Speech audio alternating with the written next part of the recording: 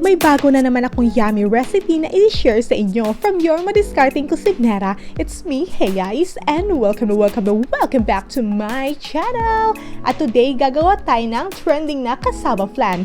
No bake ito at sobrang dali pang gawin. Kaya kung trip mo ang ganitong matipid recipe, don't forget to subscribe and click the notification bell para lagi kang updated sa next recipe natin. At narito ang mga kailangang sangkap. 3 cups ng grated cassava, meron ang ready-made na nabibili nito sa grocery stores. 2 eggs, 1/4 cup ng melted butter, 6 tablespoons of sugar para sa ating caramel, and 1 can ng evaporated milk, and 2 cups of condensed milk, and of course, kailangan din natin ng lanera at tubs. At unang gawin, mag-caramelize tayo ng sugar.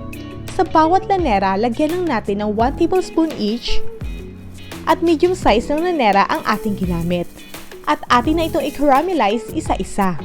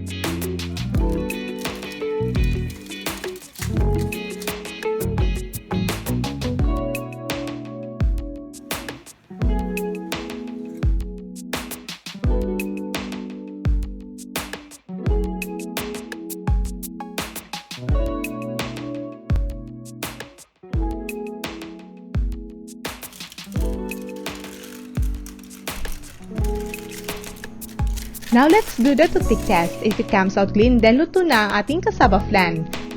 Let it cool muna, then i-prepare na natin ang mga tubs. This is 750 ml tubs. At isa-isa na nating itatransfer. Para madaling makuha, islice lang natin ang bawat gilid nito para di tayo mahirapan.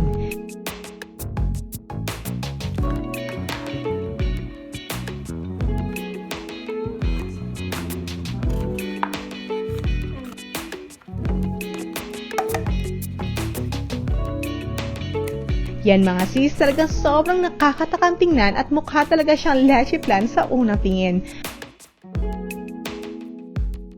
At yan, isa-isahin na nating ilagay ang iba pang cassava flan. At nakagawa tayo ng 2, 3, 4, 5, at 6 na lanera lahat ang ating nagawa sa ating mga ingredients. At ito di na mainit at itatransfer na din natin ito sa ating lanera.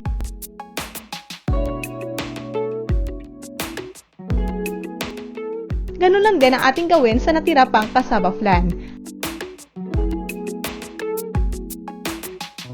At ito na guys, ang trending na cassava flan at ilalagay ko ang costing nito at the end of our video. Talagang sobrang sarap tingnan at gustong gusto ko talaga sa cassava ay yung very moist siya at medyo malambot pag ninanamnam mo na. Yan, mapagkakamalan mo talagang leche flan sa unang tingin. Ang maganda din dito is madali mong maibenta compare sa usual size ng ating cassava na binibenta sa store kasi pang solo size lang ito. At bago tayo magti-taste test, narito ang costing ng ating cassava flan.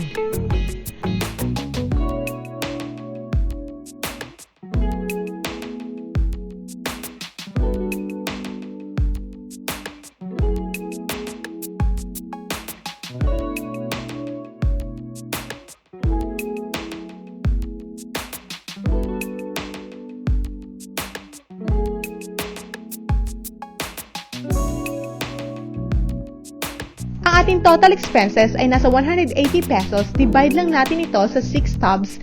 Ito ay nasa 30 pesos ang halaga ng bawat lanera ng cassava. At pwede mo itong ibenta ng additional 50% na tubo or higit pa dahil pwede mo itong ibenta ng 50 pesos each. Kaya sa 6 lanera ay kikita ka ng 300 pesos lahat. Imagine kung mas marami ang iyong nagawa ay mas malaki din ang iyong kikitain sa bawat araw. At kung araw-araw mo itong ibenta, ay tiyak talagang additional kita ito sa inyong pamilya. Lalo na sa panahon ngayon na importante talaga ang extra kita kahit nasa bahay ka lang. Kaya sa ating mga momshies dyan, isipin mo na lang sa isang buwan magkano yung kikitain. Madiskarte, diba? At ngayon, magti-taste test na tayo.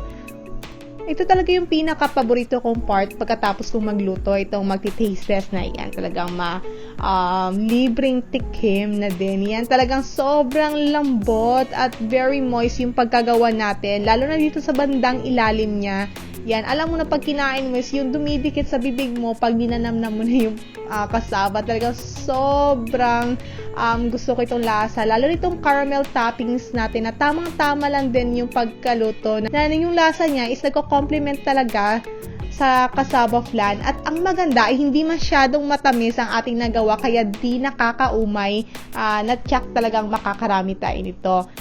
Kaya sa ating mga momshies at sisterette na gusto ng extra income, try nyo na itong bagong cassava flan.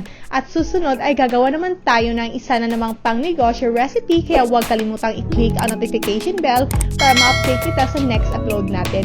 Again, it's me, heyaiz, ang inyong madiskarteng kusinera.